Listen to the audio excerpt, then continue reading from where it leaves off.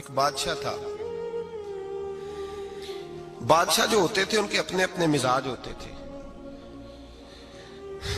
اس بادشاہ نے 4 5 6 کتے رکھے ہوئے تھے اور کتے بڑے بڑے کتے تھے اور بڑے وہ خونخوار کتے تھے, چیر پھاڑ کھا جاتے تھے, شیر جتنے ان کے قد تھے.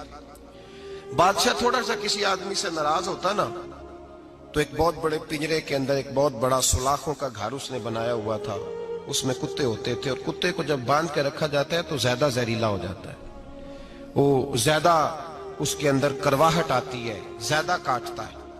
اس نے قید کیے ہوئے تھے. کتے تو بڑے زہریلے تھے. جس آدمی سے بادشاہ تھوڑا سا ناراض ہوتا نا تو وہ کتے کے آگے اس آدمی کو ڈالتا, کتے اس کو چیر پھاڑ کے کھا جاتے. یہ سزا تھی, لوگوں کو پتا تھا.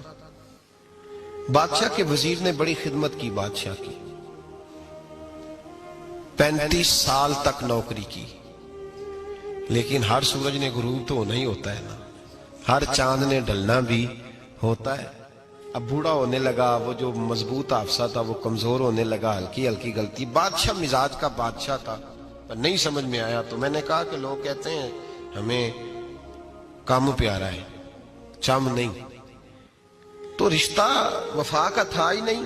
وزیر سمجھنے لگا کہ اب نہ میں بھی غلطیاں کرنے لگا ہوں تو ایسا نہ ہو کسی دن میں بھی ان کتوں کا شکار ہو جاؤں. اس نے بادشاہ سے کہا کہ بادشاہ مجھے آہستہ آہستہ معذرت کرنے لگا, قدم ہٹانے لگا کہ مجھے چھٹی دے دی جائے, میں بوڑھا ہو گیا ہوں. لیکن اس نے کہا نہیں نہیں, جب تک میری طبیعت نہیں مانتی تم نہیں جا سکتے. مطلق العنان لوگ تھے. وزیر خاموش ہو گیا, پریشان رہنے لگا. غلطی ہو گئی ہے تو پھینک دے گا. ایک تجویز اس کے ذہن میں آئی.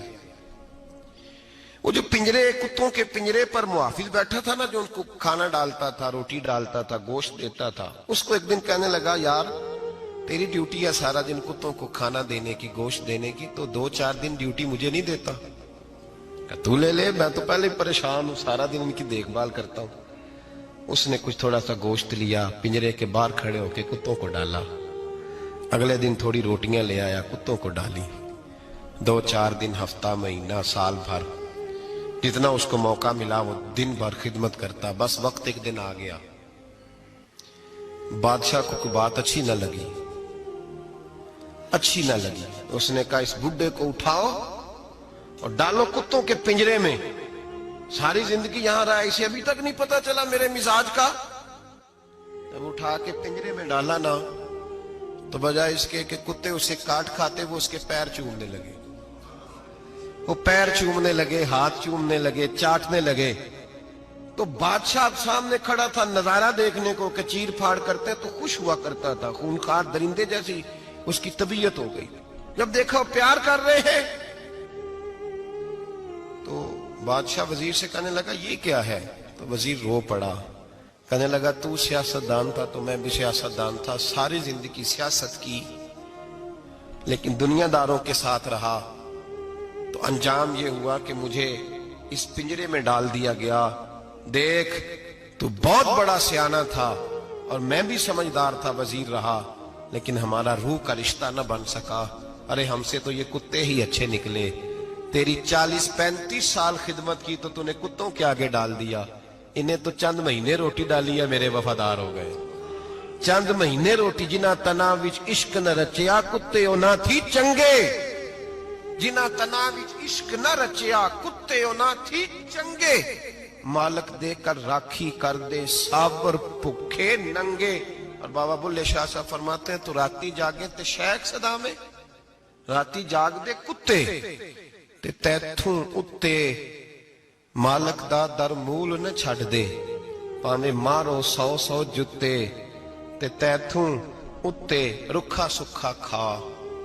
دنے جار رکھاں وچ ستے تیتھوں اتے ایک برکی دا قدر پچھانن.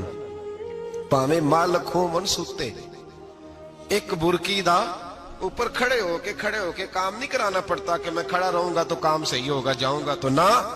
ایک برکی دا قدر پچھانن پاویں مالک ہو من ستے. پھر اپنے آپ کو مخاطب کیا, کہنے لگے اٹھ بلیا, چل یار منا لے نہیں تے بازی لے گئے نہیں.